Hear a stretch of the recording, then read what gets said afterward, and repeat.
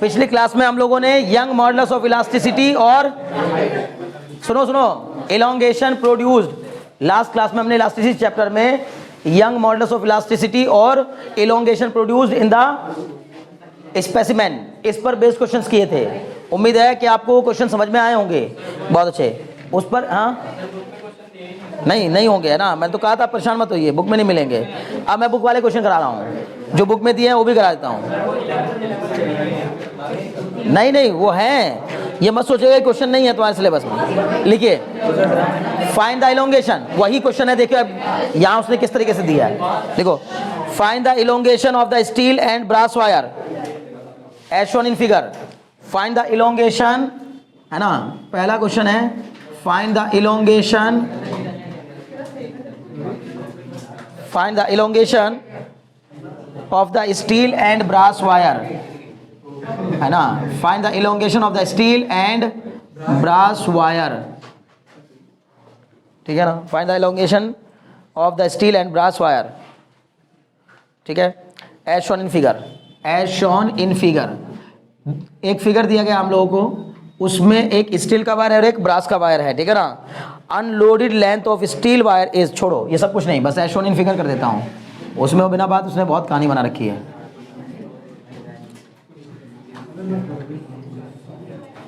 देखिए इसने कहा ऐसे करके हमने ऊपर की तरफ लटकाया है एक स्टील का वायर, स्टील वायर, नीचे की तरफ हमने लटकाया है एक ब्रास का वायर, और इन दोनों स्टील और ब्रास वायर में इसकी लेंथ कितनी दी है, अब बात नहीं करो भाई, 1.5 मीटर, इसकी लेंथ कितनी दी है 1 मीटर, ठीक है।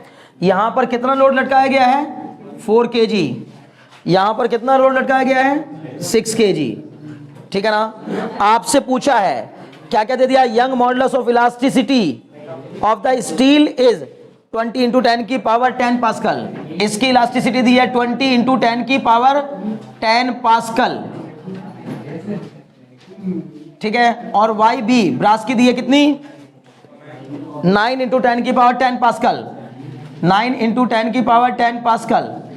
बताइए दोनों में कौन ज्यादा इलास्टिक, स्टील। समझ में आ रही बात, बहुत अच्छे। अब बताइए उसने हमसे पूछा है कि टोटल इलोंगेशन, क्या पूछा, टोटल पूछा कि क्या पूछा, अच्छा find the elongation of the steel and brass wire, दोनों का अलग अलग बताना है, स्टील में आने वाला इलोंगेशन अलग बताना है और ब्रास में आने वाला इलोंगेशन अलग बताना है। और क्या कहा है, the diameter of each wire is 0.3 centimetre, हर एक वायर की डायमीटर भी दी है, diameter of each wire, diameter of each wire is equal to 0.3 centimetre, clear है। तो 0.3 सेंटीमीटर वायर की डायमीटर 0.3 सेंटीमीटर दी है, बार बार कह रहा हूं ध्यान से समझिएगा इसको, ठीक है ना। ओके जी, अब देखो सबसे पहली बात आप मुझे खुद बताओ, हमें स्टील वायर में आने वाला इलोंगेशन पहले निकालना है ना, तो फॉर्मूला बताओ क्या हो जाएगा सर, डेल्टा एल एस, यहां पे करा रहा हूं सीधे, सॉल्यूशन करा रहा हूं सीधे, ठीक है ना, डेल्टा एल एस, ऐसा मतलब स्टील वाला वायर का, ये हो जाएगा sir F1 L1 upon A1 Y1, clear है। बताइए F1 कितना होगा सर, स्टील वाले वायर पर दोनों का लोड पड़ रहा होगा, बोलो होगा कि नहीं। स्टील वाले वायर पर ये 4 किलो का भी वजन पड़ रहा होगा और ये जो 6 किलो है उसका भी वजन पड़ रहा होगा, बोलो पड़ रहा होगा कि नहीं, बहुत अच्छे। तो इसका मतलब टोटल मिला के कितना हो जाएगा फोर्स, ये हो जाएगा सर 10 kg, लेकिन उसको न्यूटन में बदलेंगे तो 10 से मल्टीप्लाई कर देंगे, 10 इंटू 10, क्लियर है। इनटू में length L1 sir 1.5, area of cross section sir pi upon 4d square, समझते हो ना आप मेरी बात, मैंने क्या लिखा है, एरिया का फॉर्मूला था pi R square, pi R square कोई दूसरे फॉर्म में लिख सकते हैं pi by 4d square, pi by 4d square, diameter के टर्म्स में क्या होता है formula pi by 4d square, into में y1 कितना हो गया 20 इंटू 10 की पावर 10 पास्कल, इसको बस खाली सॉल्व करना है, दौड़ते भांसा जाना है, ठीक है ना। ये आएगा आपका कितना 150 ऊपर आ जाएगा अपॉन में, ये 4 भी चले जाएगा ऊपर, पाई की वैल्यू कितनी हो जाएगी 3.14, डायमीटर कितनी दी है 0.3 सेंटीमीटर, तो 0.3 सेंटीमीटर को लिख लेंगे 0.003 का स्क्वायर, इनटू में 20 इंटू 10 की पावर 10, इसको सॉल्व करिएगा, यहां से क्या निकल आएगा डेल्टा एल एस, बोलो निकाल लोगे, बहुत अच्छे। ये मीटर में आएगा, जो भी यहाँ पर इलोंगेशन आएगा वो पहले मीटर में आएगा, ठीक है ना। फिर उसके बाद ब्रास वायर के लिए निकालेंगे, तो ब्रास वायर के लिए क्या हो जाएगा formula, delta L B equal to, sir ये हो जाएगा F2 L2 upon A2 Y2। F2 कितना होगा, अब ब्रास वाले वायर पर ऊपर वाले का तो लोड नहीं पड़ रहा होगा ना, ब्रास वाले वायर पर केवल नीचे वाले का लोड पड़ रहा होगा, क्लियर है ना, बहुत अच्छे। तो इसका मतलब इस पर आने वाले लोड को हम लिखेंगे 60, 6 किलोग्राम है मतलब 60 हो जाएगा। लेंथ कितनी ले लेंगे, ये रही ओरिजिनल लेंथ 1, 60 इंटू 1 अपॉन में एरिया ऑफ क्रॉस सेक्शन वही सेम रहेगा, pi upon 4 D square into में Y2 रख देंगे कितना 9 इंटू 10 के बाद 10 पास्कल। बोलो बात समझ में आएगी कि नहीं, ये दोनों अलग अलग निकल आएगा। अगर ये पूछा होता है कि पूरा टोटल इलोंगेशन कितना आएगा तो डेल्टा L1 और डेल्टा L2 दोनों को ऐड कर देंगे। नोट करिए जल्दी से, हो गया हो तो हम आगे बढ़ेंगे, ठीक है ना। क्या बच्चे,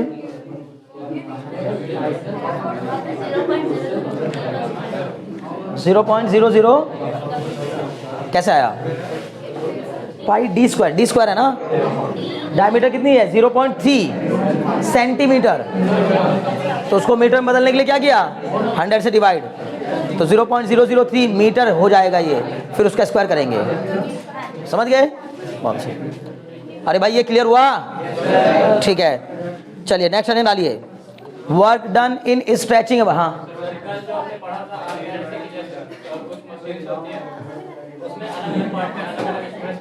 हाँ प्रैक्टिकल नहीं, तो हम न्यूमेरिकल से तो निकालेंगे जब हम लोड पता कर पाएंगे कि कितना है, और प्रैक्टिकली तो जाहिर सी बात है।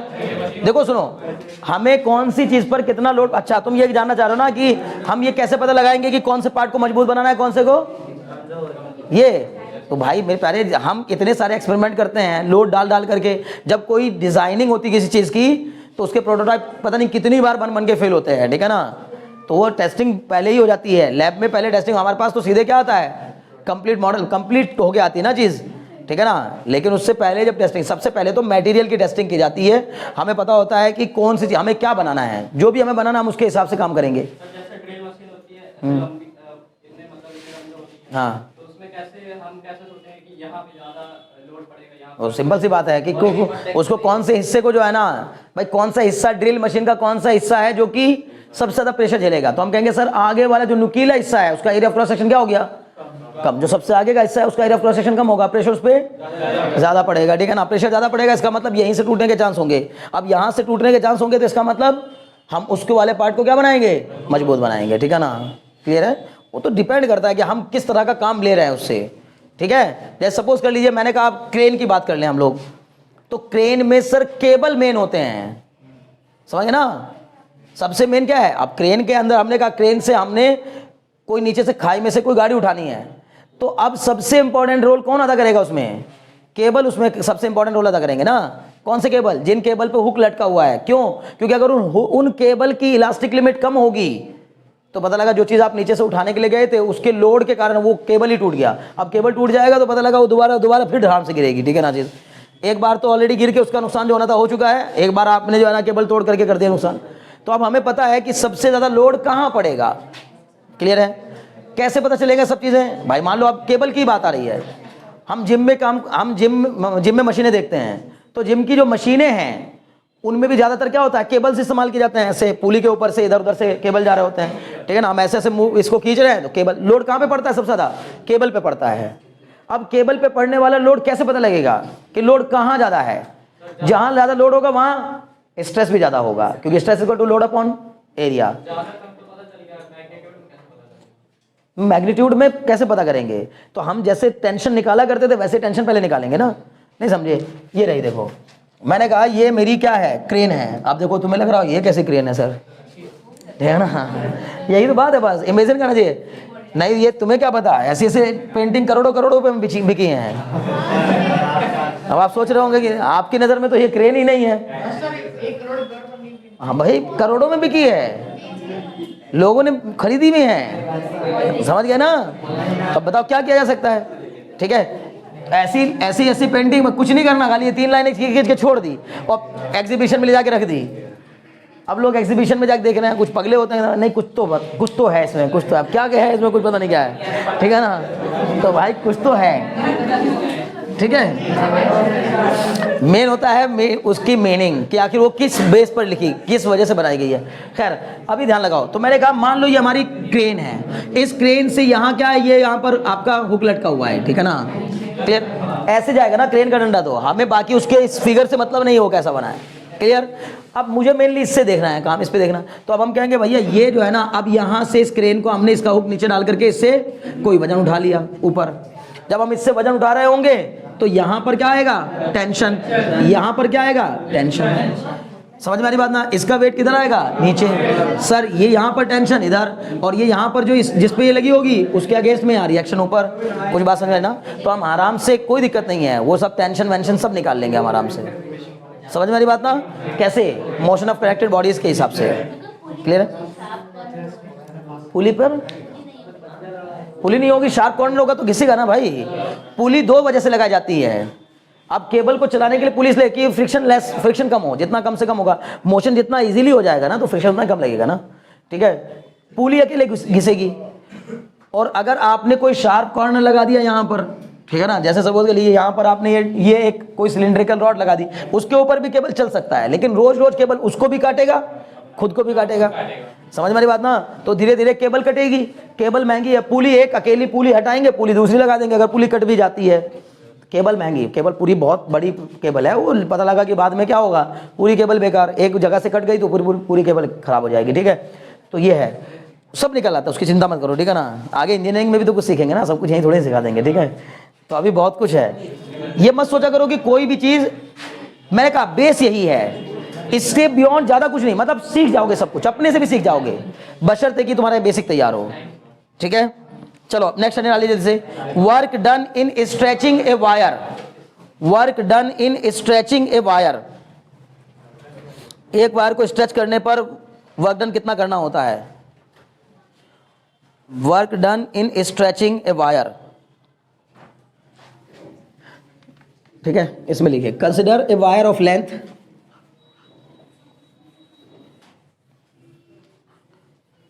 जो मैं कल समझा रहा था ना, अगर वो कॉन्सेप्ट आपके समझ में आ गया तो आप आराम से बहुत कुछ निकाल सकते हैं। और मुझे पूरी उम्मीद है कि वो समझ में आ गया होगा, कल वाला टॉपिक है ना। लिखिए, नहीं, work done in stretching a wire, topic का नाम है work done in stretching a wire. किसी वायर को स्ट्रेच करने में कितना वर्क करना पड़ता है, ठीक है ना। तो लिखिए इसमें, consider a wire of length L, consider a wire of length L. जल्दी करो, फिर इसके कुछ एप्लीकेशन भी पढ़ेंगे, ठीक है ना। Consider a wire of length L and area of cross section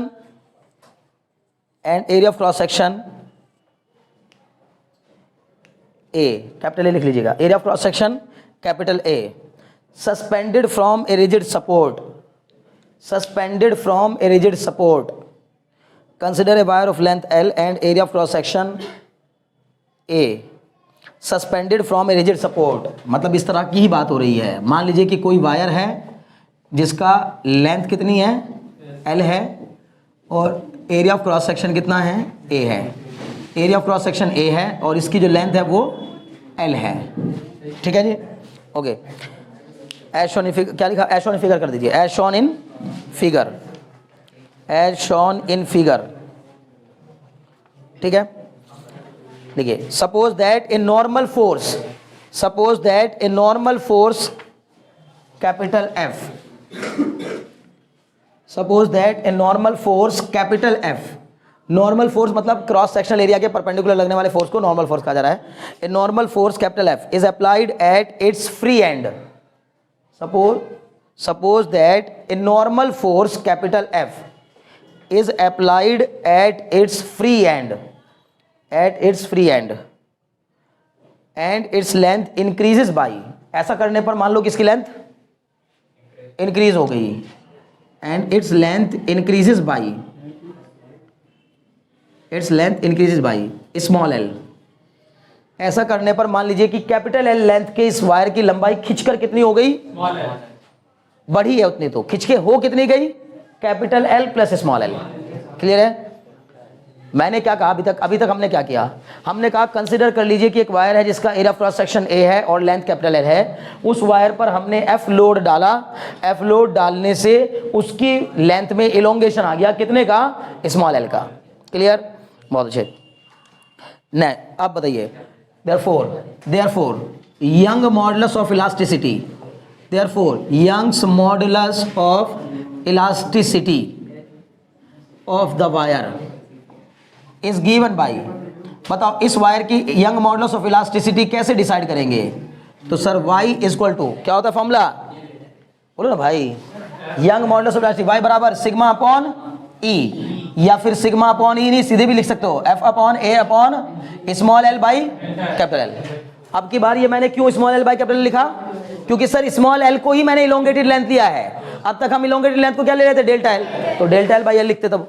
लेकिन फिलहाल हम लोग चूंकि डेल्टा एल के टर्म्स में नहीं लाना चाह रहे हैं फॉर्मूले को, हमने उसमें मान लिया कि ओरिजिनल लेंथ को ले लिया कैपिटल एल और इलोंगेटेड लेंथ को ले लिया स्मॉल एल। क्लियर, तो ये सब कुछ सॉल्व होने के बाद y बराबर कितना आ जाएगा, F L upon A L.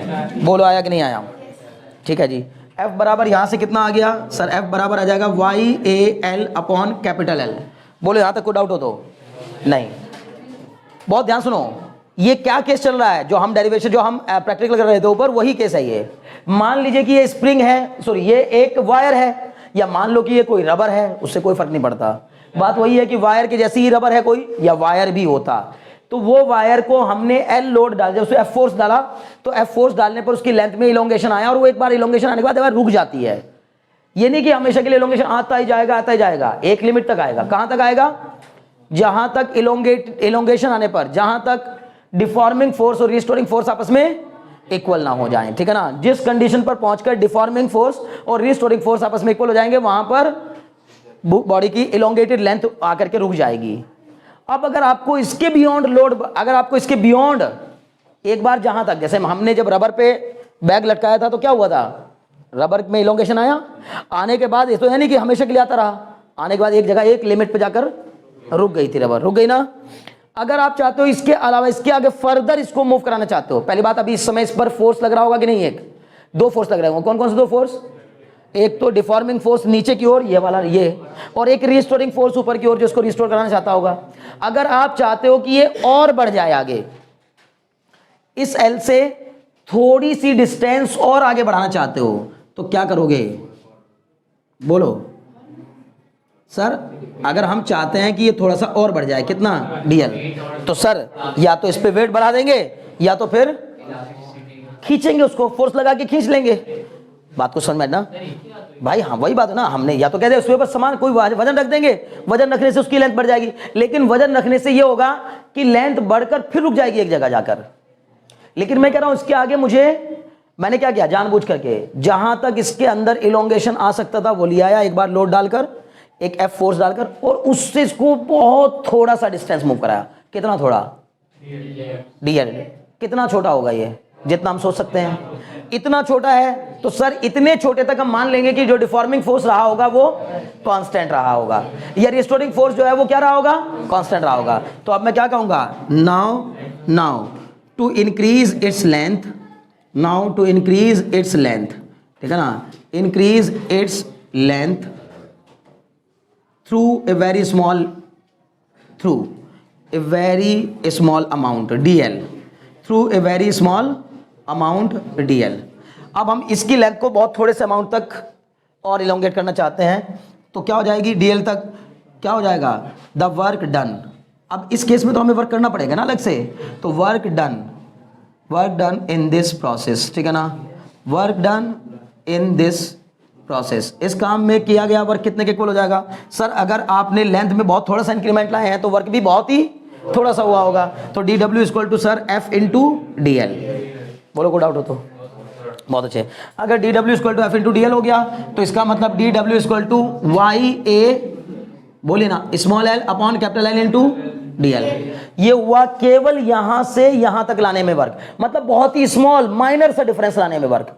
अगर आपको पता करना हो टोटल वर्क, कोई मेरे केवल यहां से वर्क थोड़ी स्टार्ट हुआ, वर्क तो यहीं से स्टार्ट हो गया था ना, उसकी ओरिजिनल लेंथ के बाद आपने जहां लोड डालना स्टार्ट किया था वहीं से वर्क हो गया था ना शुरू।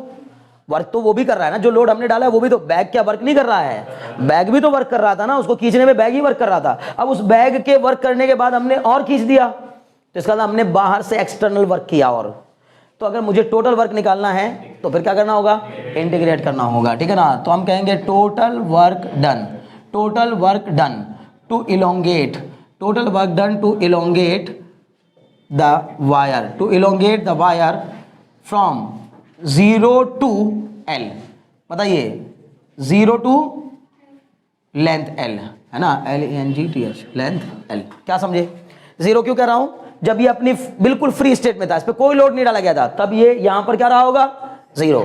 और मैं चाहता हूं कि इसकी लेंथ 0 से बढ़कर अगर स्मॉल l हो गई होगी, 0 से बढ़कर स्मॉल l, ये नहीं कि ओरिजिनल में जोड़ रहे हैं उसको, 0 से, हम यहीं से बात कर रहे हैं, तो 0 से l, तो उसके लिए क्या करना होगा, integration dw equal to 0 to l, और क्या हो जाएगा YAL upon capital L into DL। बताइए y कांस्टेंट है कि नहीं, यस सर। किस पे डिपेंड करता है, नेचर ऑफ मटेरियल। तो जो वायर आपने लिया उसकी मटेरियल की नेचर तो बदल नहीं जाएगी लोड डालने से, तो इसका मतलब मटेरियल की नेचर सेम, इसलिए कांस्टेंट बाहर कर लिया।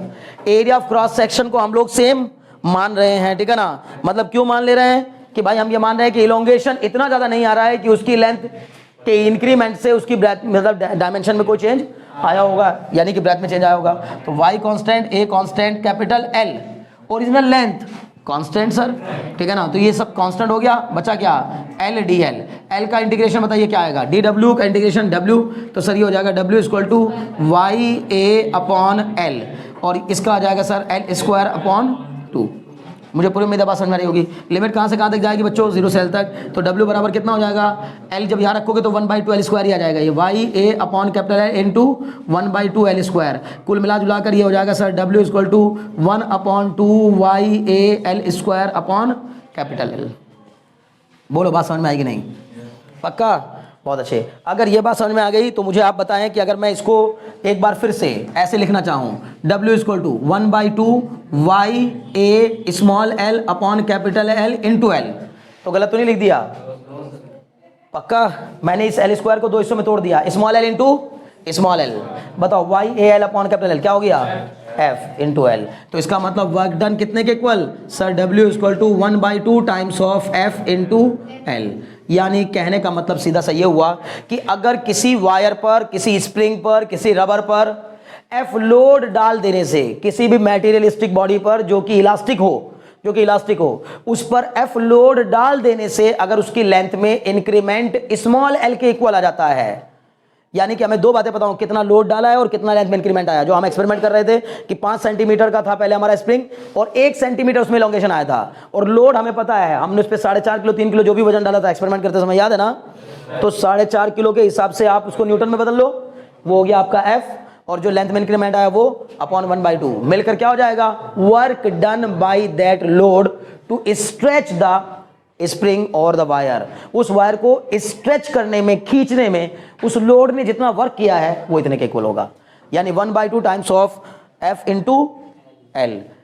कल प्रूव करने के लिए आएगा the work done in stretching a wire, prove that the work done in stretching a wire, prove that the work done in stretching a wire is equal to 1/2 times of the product of stretching force and the elongated length।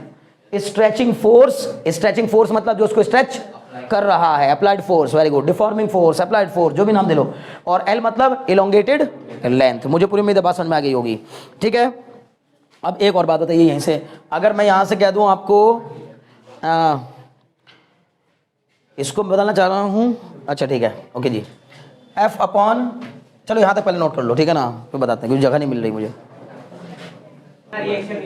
पहली बात, सबसे पहली बात, जब हम लोग pillar बना रहे हैं तो उसमें ज्यादा ताकत किसकी है, ज्यादा मटेरियल कौन सा यूज करते हैं, कंक्रीट। सरिये तो मान लो 4 सरिये लगा दिए, 6 सरिये लगा दिए, 10 सरिये लगा दिए, जो आपका मन करे, लेकिन उसके साथ कंक्रीट की ही पावर, ज्यादा लोड कौन झेल रही है, कंक्रीट, ठीक है ना। तो पूरा का पूरा कंक्रीट का क्यों नहीं बना देते, सरिया इतना महंगा है तो काहे लिए सरिया यूज कर रहे हैं। हाँ, दबेगा, जरूर दबेगा, जितना लोड बढ़ाते जाएंगे उतना ही ये क्या होगा, कंप्रेस होगा। लेकिन जो इलास्टिक बॉडी होंगी ना, अच्छा कंप्रेस हो गया कोई बात नहीं, अगर बहुत गर्मी पड़ने लगेगी तो इलोंगेट भी होगा, ठीक है ना, समझ में आ रही बात ना। अगर आपका जो सरिया है, जो आपका पिलर है, सॉरी, उस पिलर की कंक्रीट ने अगर बढ़िया से सरियों को पकड़ लिया होगा, जकड़ लिया होगा, तो पूरी पूरी कंक्रीट सरिये के साथ में अगर हल्का फुल्का थर्मल स्ट्रेस आएगा भी उसमें, ठीक है ना, ये थर्मल इलोंगेशन आएगा भी, तो उसके साथ साथ आएगा। गर्माहट पाकर हल्के फुल्के बैंड क्रैक्स नहीं आएंगे नहीं तो। और कंक्रीट अकेली होगी तो क्या हो जाएगा, अगर गर्माहट पाके वो खुलना चाहेगा ना मटेरियल, तो क्रैक्स आ जाएंगे, ठीक है ना, समझ में आ रही बात।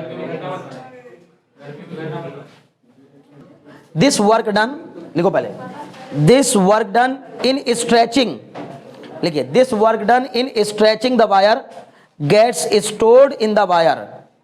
This work done in stretching the wire gets stored in the wire in the form of elastic potential energy.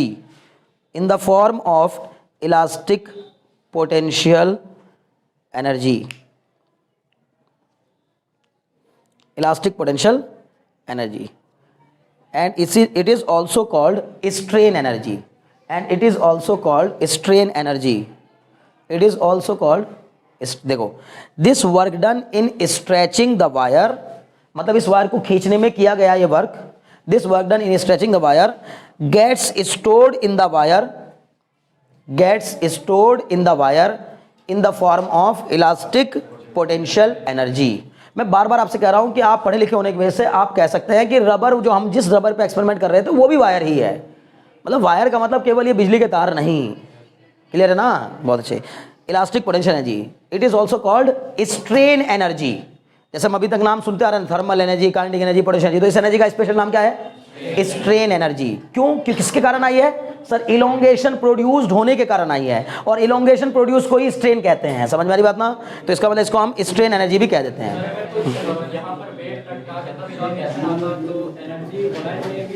तब भी होती, तब भी तो स्टोर होती बच्चे, क्यों नहीं होती, बिल्कुल। हम वो वायर, वो लोड हटा लेंगे, मान लो हम वो बैग उतार लेते, तुरंत नहीं गया था वापस, नहीं, हम जो लोड डाल रहे हैं बैग के अंदर पोटेंशियल एनर्जी स्टोर नहीं है, समझ गए ना।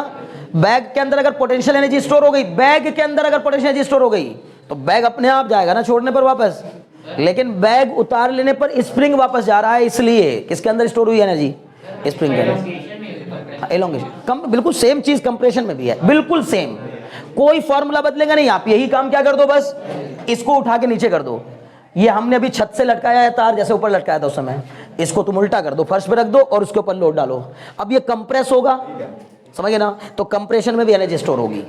मान लो कि एक स्प्रिंग आपने यहां लगा दिया, जमीन पे ऐसे खड़ा कर दिया स्प्रिंग, उस पे 5 किलो का बट्टा रख दिया, उसकी वजह से वो दब गया, जितना दबना था दब गया, वो एक लिमिट तक दबा, उसके बाद आपने उस पर और ताकत लगा के उसको और दबा दिया, वही काम तो हो गया, समझ गए, कोई डाउट तो नहीं, बहुत अच्छे। बस जल्दी से निकालो, work done per unit volume, work done per unit volume, work done, अगर मुझे पर यूनिट वॉल्यूम निकालना हो, work done per unit volume, तो सर कितना हो जाएगा ये, इसको मैंने स्मॉल w ले लिया, small w equal to w upon v, v मतलब वॉल्यूम। सर w का फॉर्मूला क्या आया, 1/2f into L. Sir volume का फॉर्मूला क्या होता है, एरिया इंटू लेंथ, लेकिन कौन सी वाली लेंथ लेंगे, ओरिजिनल लेंथ। भाई वॉल्यूम तो मैं पूरे वायर का ले रहा हूं ना, तो वॉल्यूम ऑफ द वायर लेने के लिए area of the wire, area of cross section and length of the wire, तो सर ये हो जाएगा 1/2 times of f upon a into small l upon l। बता f बाई ए क्या होता है, बोलो ना बच्चों, सिग्मा, अरे force upon area, stress, L by L, very good, E मतलब क्या, 1/2 इंटू स्ट्रेस इंटू स्ट्रेन। क्या गजब फॉर्मूला बन के आया। लेकिन ये बार बार कह रहा हूं, ध्यान सुनिएगा, अगर कह रहा टोटल वर्क डन, तो फॉर्मूला होगा 1/2 times of stretching force into elongated length. और अगर पूछ रहा है work done per unit volume, कितना पर यूनिट वॉल्यूम हमें कितना वर्क करना पड़ा होगा, तो 1/2 times of stress into strain, ठीक है ना, 1/2 times of stress into strain.